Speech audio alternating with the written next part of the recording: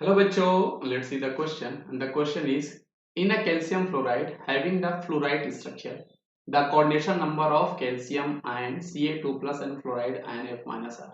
मतलब हमारे पास calcium fluoride एक हमारे पास आयनिक कंपाउंड दिया हुआ है, इसका हमें कोऑर्डिनेशन नंबर बताना है कैल्शियम आयन और फ्लोराइड आयन का क्या होगा।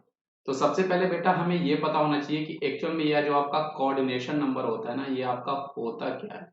एक्चुअल में बेटा ये जो हमारा कोऑर्डिनेशन नंबर होता है ना, तो फॉर एनी पर्टिकुलर एटम की अगर हम बात करते हैं, सो नंबर ऑफ जो आपका नियरेस्ट एटम होता है, number of nearest atom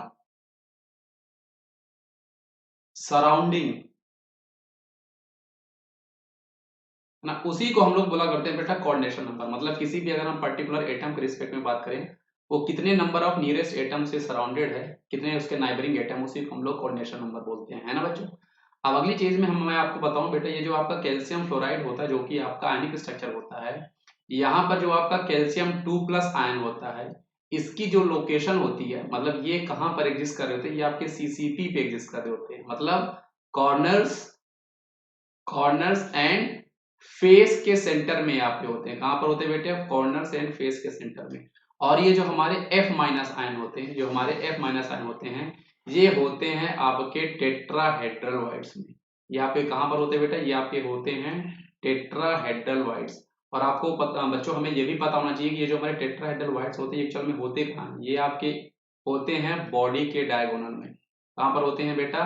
body के डायगोनल में, है ना। अब मैं अगर आपको यहाँ पर इनके कोऑर्डिनेशन नंबर की बात करूं बेटा, तो ये जो आपका कैल्शियम 2+ आयन होता है, ये एक्चुअल में 8 F माइनस से सराउंडेड होता है।